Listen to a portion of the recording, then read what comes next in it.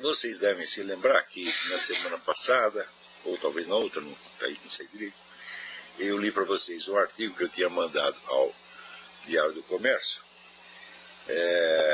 que terminava dizendo assim, que a Guerra Fria foi em grande parte um fingimento, uma armação, porque ali nenhum dos dois lados estava a fim de destruir o adversário. Quer dizer, o comunismo tinha por finalidade destruir aqui a democracia capitalista, mas o contrário, a recíproca não era verdadeira.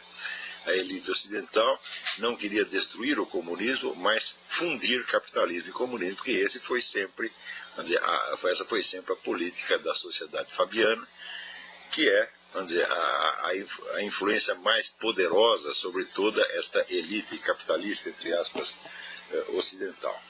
Mas que, tendo sido assim, a situação já não era mais a mesma. Então eu terminava dizendo o seguinte: a Guerra Fria foi em grande parte puro fingimento.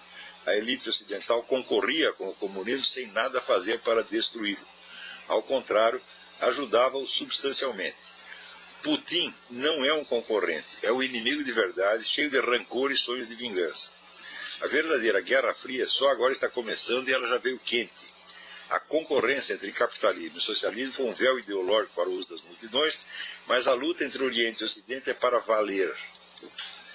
Bom, não passou uma semana, eu tinha escrito isso, e saiu aqui no World Net Daily um artigo do Michael Maloof, dizendo: nova Guerra Fria emergindo entre os Estados Unidos e a Rússia. E aqui na campanha do Mitt Romney, ele e o Paul Ryan estão dizendo claramente que a política do Obama para com a Rússia, que o Obama chamado reset, é fazer um reset nas relações com a Rússia, falhou completamente.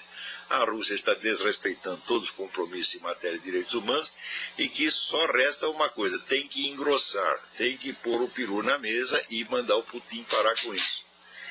Então, cada vez está ficando mais claro que a situação é exatamente essa. Você tem aí a Guerra Fria de novo, só que agora em circunstâncias bem piores. Porque você não pode esquecer que quando começa, a Guerra Fria começa quando termina a Segunda Guerra Mundial.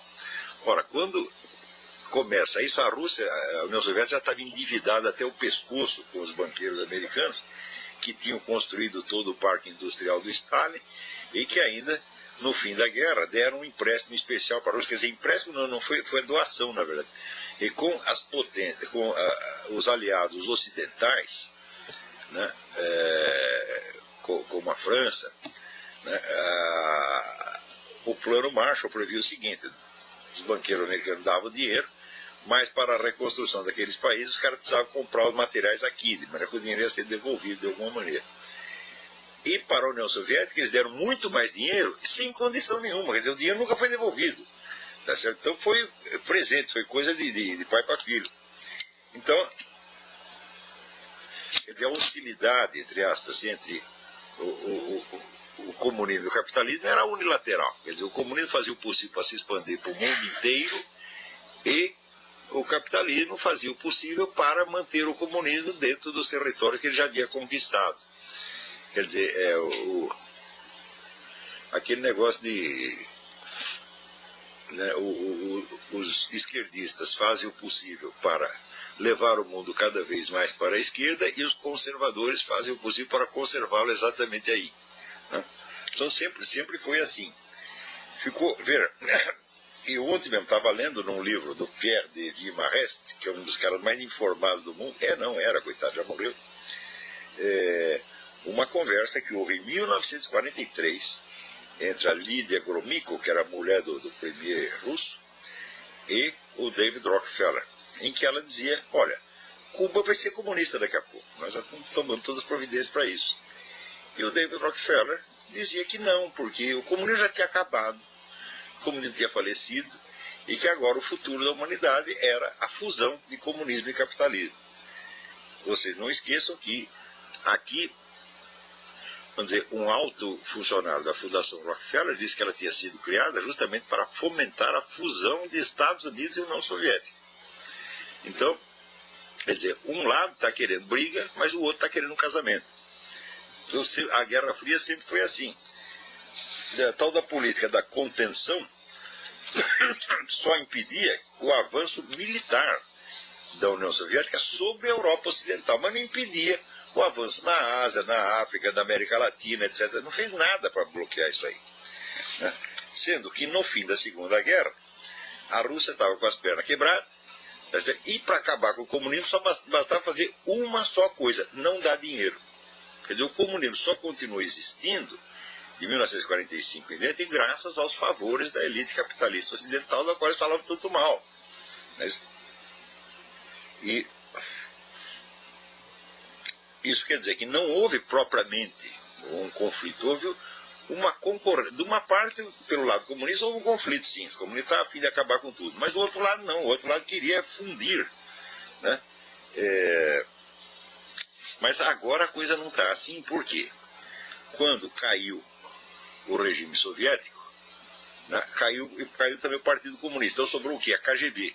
Sempre houve uma concorrência entre o Partido Comunista e a KGB. Vejam vocês, a KGB nunca deixou que o seu orçamento fosse discutido no parlamento russo. Então quer dizer que nem a liderança do partido sabia quanto dinheiro tinha a KGB. A KGB sempre foi um poder autônomo e um poder central da Rússia. A Rússia era o regime não do Partido Comunista, mas da KGB. Quando caiu o regime, caiu só o Partido Comunista. A KGB se fortaleceu. E aí eles começaram, bom, já estavam pensando nisso antes. Falaram, o negócio do comunismo foi para Cucuia, tá certo? Mas nós não queremos ir para Cucuia. Nós queremos ficar, né? Vamos os anéis, mas ficam os dedos. Foi-se o regime, mas vamos ficar nós. A KGB emergiu dali muito mais forte do que antes, tá certo? E investido num novo discurso ideológico que é o eurasianismo. Ora, entre o comunismo e o capitalismo, meu filho, você pode ainda fazer um arranjo, né? Aliás, praticamente toda a economia ocidental é um arranjo entre capitalismo e comunismo, né? O regime que nos governa é o socialismo fabiano, que é aquele socialismo meia-bomba, né? Aquilo que os fascistas realizavam em escala nacional, esse pessoal realiza em escala global. Quer dizer, você reparte o poder entre o governo e meia dúzia de grandes grupos econômicos e pronto, aí vira o clube do bolinha, ninguém mais entra, né? Então, este é o regime que nos governa. Este e não o capitalismo liberal, né? E acontece então que a própria existência do fabianismo mostra que um diálogo, uma fusão entre socialismo e capitalismo é possível. Mas uma fusão entre Oriente e Ocidente não é possível. O eurasianismo é inimigo radical de todo o Ocidente e quer destruir tudo mesmo. Se vocês acompanharam o meu debate com o professor Dugin, que aliás já está à venda pela Vida Editorial, está à venda também no próprio Seminário de Filosofia, e está sendo distribuído aí na Livraria Cultura e várias outras livrarias, vocês vão ver que os caras não estão afim de brincadeira e nem de diálogo, eles querem destruir mesmo. Então, o novo mundo do eurasianismo, que é uma criação da KGB, evidentemente, não pode esquecer, o pai do Putin é um oficial da KGB, pô, e ele está sempre nesse meio, né? É um cara subsidiado pelo governo, que deu para ele um baita instituto com não sei quantos, 200 e tantos assessores para ele fazer o que quiser, espalhar para o mundo o besterol que ele quiser. E ele dentro da Rússia tem uma grande credibilidade. Quando começou o debate meu com o Dugin, logo apareceram os luminários, os especialistas, mas já está cheio de especialistas. O especialista no Brasil é um cara que leu uma notícia ontem na Folha de São Paulo, né? E com isso ele se torna um PhD, né? E daí apareceu um monte, não, esse Dugin não está com nada, esse negócio de eurasianismo não existe, ninguém liga para isso na Rússia. Sim,